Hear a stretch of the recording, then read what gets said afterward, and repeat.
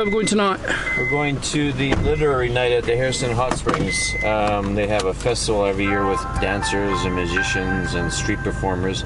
But one night of all that, they have just for readers and authors and stuff. So they have people. So we're going for dancing and street performing? Yes, we are. No, we're not. Have you got your mime routine sorted out? Walking in wind? Invisible wall?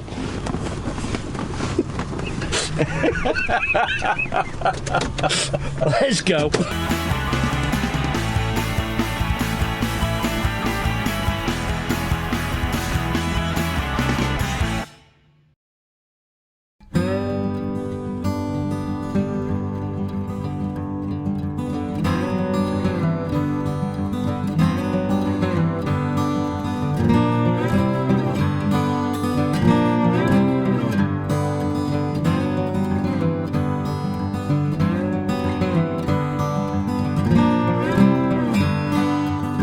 It's a group of people will be doing some readings, authors. My plan one of these years will be to get in there. That was always one of my visions, is to get up for one night and read.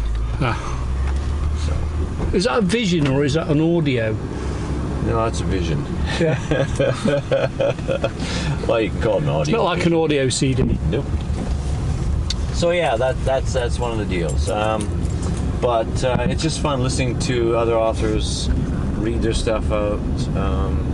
I always like listening. Sometimes I'll write down lines. Sometimes you'll hear a great line, a quote. Right.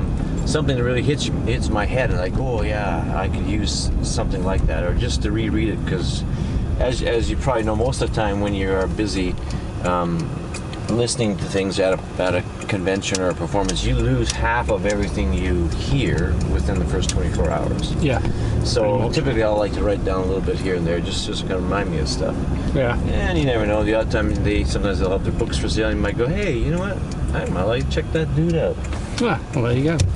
There you go. And we went to a party on Saturday night, didn't we? That was kind of full of Speaking of characters, interesting characters for books. Wish I took my actual camera down there. We should have took the camera. There must have been enough characters to write 20 novels in there. I'm telling you. Sometimes you go to this place and you meet the wildest, craziest, most sincere, but off the wall people you ever want to meet. In a good way. Yes. So you've either got to take a camera with you or take your notebook with you. Take your notebook. This is Sasquatch country.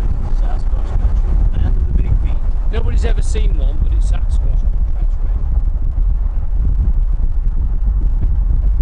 I've talked to a couple of customers. One of my customers swore that he just lives up in behind Harrison here, that he had Sasquatch in his backyard because he had these big barrels of fruit that were picked up and moved, and he says bears can't do that because they haven't got the hands to do it.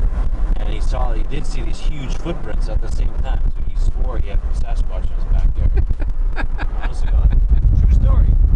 True story. You heard it here first. Yes. I love this festival. Yeah, the festival's great. They usually have all these artists, street performers, artists, bands. You've got the chairs. They're off for a performance. Yeah, I guess. So here we go, another Sasquatch statue. Yeah, that's Sasquatch. Look, see the resemblance? Oh, No. sorry, no glasses. That's me because my stomach's hungry because we haven't ate yet. Yeah. My touch your beard. Let my touch your beard. I don't know why I'm speaking Scottish. Let my touch your beard. Hey. Oh, the moustache, laddie. Hey, you got a good moustache going on there. Wee tatties on there. Oh, yeah, squinty bugger, yeah.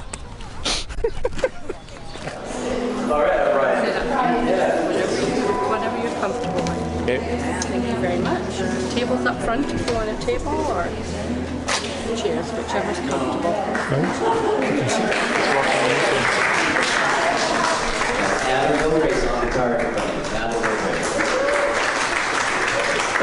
I don't know about you, Frank. Good evening, everyone. I think I want to sit on a chair, not a Literary table. Cafe, the Harrison Festival of the Arts. Right in here? My name is Andy Hillhouse. Oh, you're on front row again. First of all, we'd like to acknowledge that the sacred land on which we gather as the unceded territory of the Stateless peoples. And That's actually pretty empty. this is a partnership Nice. with UFV, this literary cafe we've been doing for many years. And We are here representing the creative writing department of UFV. And there are three readers, well, four, I'm included in that, and I'll explain in a second, who are going to be reading from novels that they have worked on in creative writing classes at UFV. So the first reader would be Julia Dovey, who's reading from her novel IRL, which is a finished novel that she's worked on through several classes in creative writing. Second reader is Joe Summers, who's reading his novel, which he's currently working on with me in a class, directed studies class. It's called Simultaneous Release, I almost forgot. And the third reader is Janice Lang, who came to UFV about, I don't know when exactly she arrived, but I started working with her about 1.5 years ago. And she had never written a novel before, and since then she's written, I think, well, she's working on her fourth, I think, right now. And this is her, she will be reading from her first novel, which is called Blind Faith, which she's completed, put through several drafts, been working with me.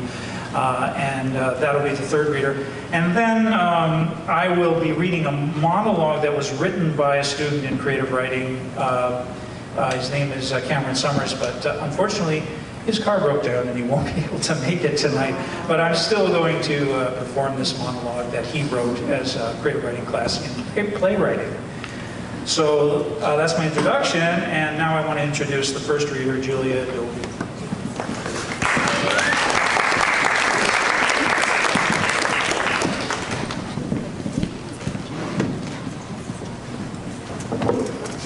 Hello. All right.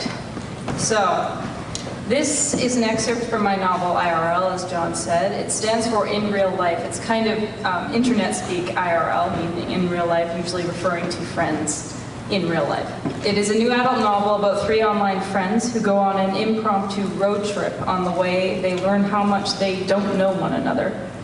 This scene that I'm going to read is from the point of view of Nick, who is a young transgender man who is still known as Sarah to his Aunt Natalie, who is like a mother to him. One pit stop of the road trip is Nick's cousin's wedding, where he had been asked to sing the wedding march. Unfortunately, due to luggage being stolen at some point on the trip, Nick loses the clothes he had packed for the wedding and is forced to wear a dirty t-shirt fashioned as a dress. This is a scene with Nick and his Aunt Natalie, who is at her wit's end. She hates his job as a cremationist, the way he's dressed at the moment, and the secrets that she feels he's keeping from her. At this point, Nick is overwhelmed. He has not properly learned the march song. He is extremely uncomfortable in what he's dressed in, and he's hiding the road trip from his aunt. As far as she's concerned, he has flown in that afternoon with the song not learned and no proper clothes to dress in.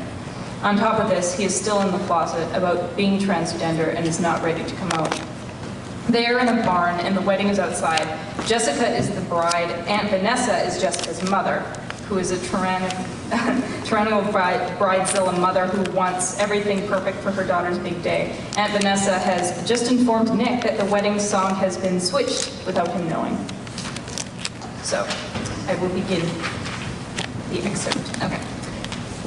What am I going to do? Nick said. I didn't learn that fucking song. I didn't even learn the first one. Aunt Natalie looked at Nick and he realized his mistake. You didn't even learn the first one? I kinda learned it, Nick mumbled. He kicked himself for admitting it. What were you going to do, Sarah? I was just going to wing it. Nick paused. I'm not doing whatever song Vanessa changed it to. I'll do the first one, okay? If I forget words, I'll hum or whistle or something. Jessica won't even notice. Aunt Natalie let out a breath. She tucked and retucked a strand of hair behind her ear. She said nothing for a few long moments. You sounded angry the last time we talked. Is that why you didn't learn the song? What? Until then, Nick had completely forgotten about that conversation. No, that has nothing to do with anything. He wanted to tell her that it was because his guitar was stolen. But since he had a replacement, and since, as far as she was concerned, he had flown in that afternoon, it was as good as an excuse as claiming that his homework was incomplete because he'd lost his pencil. I hate this, Natalie said.